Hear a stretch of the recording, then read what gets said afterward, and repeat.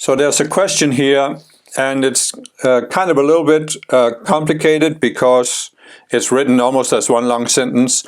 So I'm going to paraphrase it a little bit and put the text in the description if you want to read the entire question. So the question is about the I am presence sends the conscious you, which is pure being. The conscious you has experiences and it creates these separate selves. And in order to ascend again, the conscious you has to dissolve the separate selves until only the conscious you remains. And so the question is, how does the conscious you then ascend? Is it through high vibrating energies from the ascended masters, or are the energies from the ascended masters only helpful in resolving the low vibrational energies or karma? Does the conscious you expand through experiences? And is it similar to what happens in meditation, where you can also raise consciousness? Okay, so what the Ascended Masters explain is that there has been a dispensation now, probably for about a century, that instead of balancing 100% of your karma, you can ascend from earth having balanced 51% of your karma.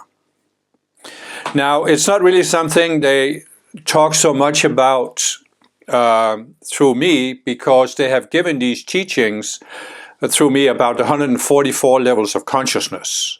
And they have also given the teachings, more extensive teachings about the psychology, having these separate selves that we need to resolve.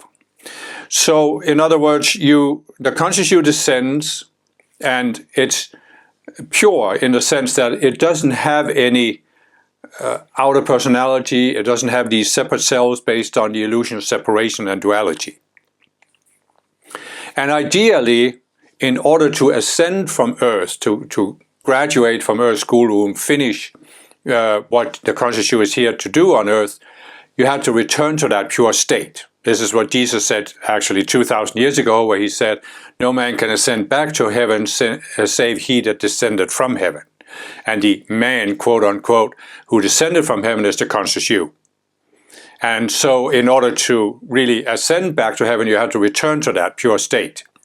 But as I said, there has been a dispensation given. You can now ascend not having quite balanced all your karma, which actually means that you haven't resolved all of the separate selves, and you actually haven't reached the 144th level of consciousness. However, this is not a decision that the conscious you is making. This is a decision that your higher self, your I am presence, along with the ascended masters who guide your life stream, can make. That for various reasons, perhaps even for the planetary evolution, it's important to ascend. There is sort of a requirement that the earth, there has to be one person a year who ascends. And there is, of course, an importance in people ascending, because when they ascend, they create a certain pull on the collective consciousness. So there can be various considerations for why the Ascended Masters or the I Am Presence will say it's time to ascend, even though the conscious you hasn't balanced all its karma, hasn't reached the highest level of consciousness. But, of course, again, the ideal scenario is that you do balance everything, you do reach the highest level of consciousness, you do resolve all of these subconscious selves. So there's a difference in whether you ascend having partially resolved your karma, psychology, or whether you have fully resolved it. And there is an ascended master called Serapis Bey. He is the Chohan of the fourth ray of purity or acceleration. And he has a retreat. As I explained before, many of the masters have retreats in the identity realm, the higher identity realm. He has a retreat over the physical location of Luxor, Egypt, and it's called the Ascension Temple. And so, if a being decides, if the I Am Presence decides, it's time to ascend, even though the conscious you hasn't balanced everything, then the conscious you needs to go to the Ascension Temple and go through a process there of becoming ready to ascend. And that includes, as the question mentions, that Serapis Bey and other ascended masters are using their energy and various techniques that the being goes through to accelerate the conscious you very quickly until it can ascend. But it also actually involves resolution of psychology, because the conscious you, let's put it this way. The I Am Presence can decide that it wants the conscious you to ascend. But the conscious you has free will. It can't be forced to ascend against its free will. So it has to come to enough level of resolution of its psychology and any unfulfilled desires on earth, and it can actually agree, yes, I'm ready to leave the earth behind. Now the situation is a little different if the conscious you really applies the teachings of the Ascended Masters, resolves all of its psychology, reaches the 144th level or very close to it.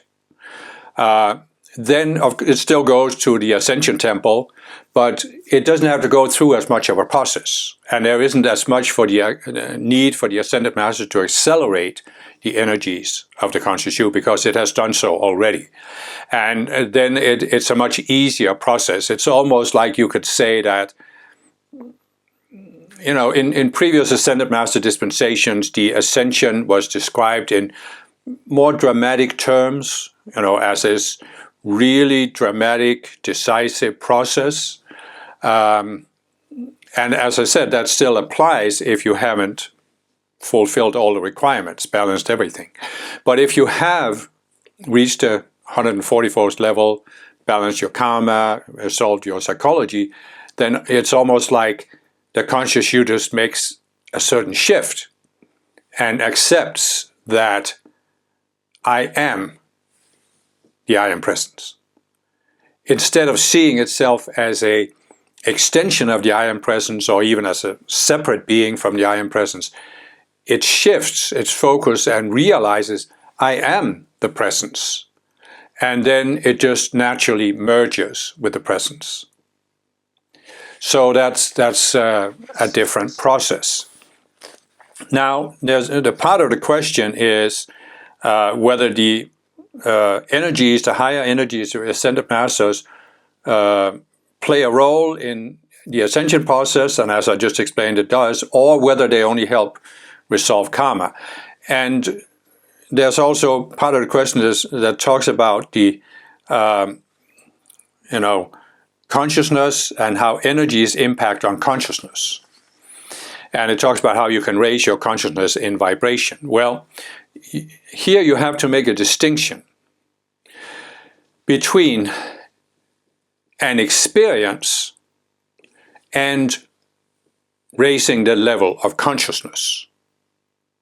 So, in the model I'm giving here with 144 levels of consciousness, you can take a certain person, and let's say that person is at the 75th level of consciousness. At that level, and for that matter, at any level, it is possible to have an experience of a higher level of consciousness. Because, as I've said before, the conscious you can step outside of the outer personality, all of these subconscious selves. And therefore you can experience yourself as pure awareness. You can experience other realms like the emotional, the mental, or even the identity realm. Or you can experience the spiritual realm. So what unfortunately happens to a lot of people is that after they have such an experience of a higher level of consciousness, and it feels like a higher level of consciousness, they think, now I have raised my level of consciousness, because otherwise how could I have that experience? And this is not correct. If you're at the 75th level and you have a, I won't say out-of-body experience, but out of your normal state of consciousness experience, you can have an experience of a higher level of consciousness. It's a genuine experience.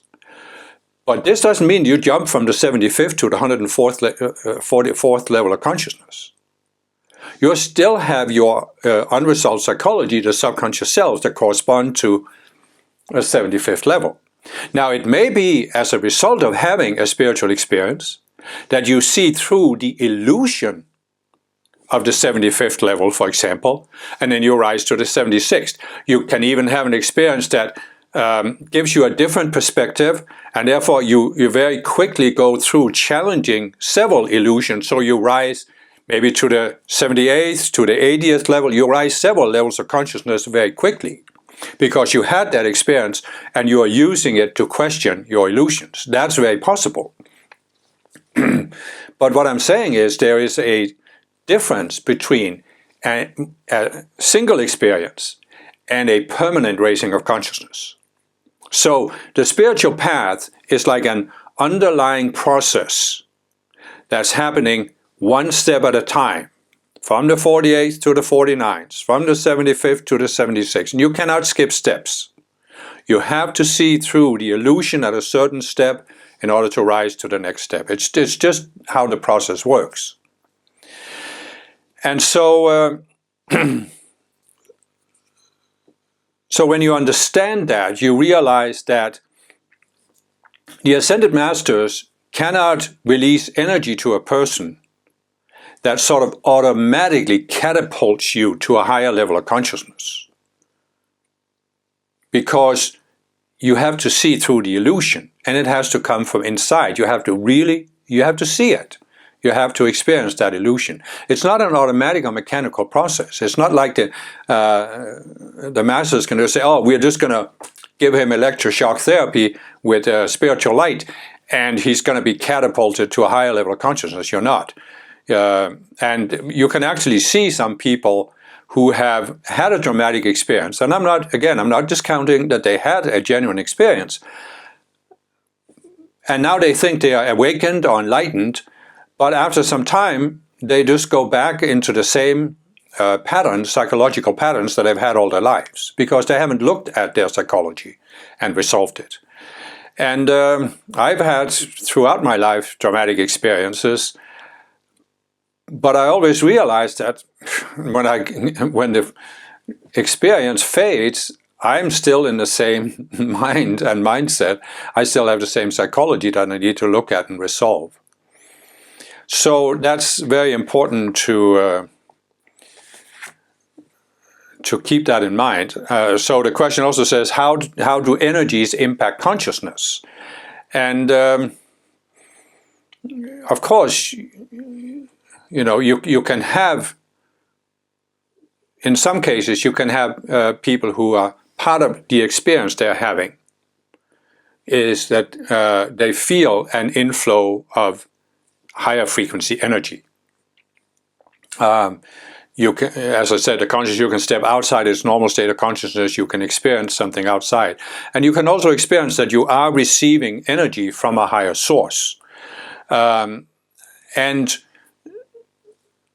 But this is, again, it's not a mechanical automatic process, but what it does do is it shows you that there is a higher level of consciousness than your present level. I mean, I remember, even going back to when I was in my first spiritual movement, the meditation movement, I took this teacher training course, and I explained the last month we had these special Vedic teachings and techniques, and I felt, an inflow of high frequency energy, which probably was what many people today call a Kundalini rising, and it was very distinct. But when I look back at it, it showed me, yes, there is a higher level of energy, a higher level of vibration, but it didn't raise my consciousness permanently because there was no teaching about looking at the psychology. So it actually was very disorienting for me. And what can happen, and what has happened to many people, is that they get an influx of energy that it sort of, in a way, blows your mind, because it's like you take an electrical device that's made for the United States where they have 110 volt. And you put a different plug on it and you plug it in Europe where they have 220 volt. And it's going to burn out in many cases because it's too high of a voltage. And the same can happen to your mind. So it's not that you can't have these experiences. I mean, again, going back to when I found my second spiritual movement and Ascended Masters, we would have these decree sessions. We would decree high speed for 4 hours. And after this, I could feel like when I was driving home, that I was just like floating on air. I was like in a very higher state of consciousness than normal. I could feel this energy. Also, when I listened to these dictations that were given in my second spiritual movement, I could feel sometimes this influx of energy, and I sometimes just had spontaneous experiences. But I realized at a fairly early stage that it shows me there is something beyond, but it doesn't actually in itself raise the consciousness. It's kind of like you imagine a person who's been living in a dark cave, and suddenly somebody takes him outside in the clear sunshine, and the light is so bright that it blinds him. He can just keep his eye just open for a split second, then he can't see anything because his eyes are overloaded by light. And so when you have that experience, yes, you know there is light outside the cave, but you have to very gradually get used to it before you can actually see anything, before you can function outside the cave. So it's the same thing there, and that's why it's very important to have a balanced approach to the spiritual path. I have seen many, many people who attempt to take heaven by force, as Jesus said it.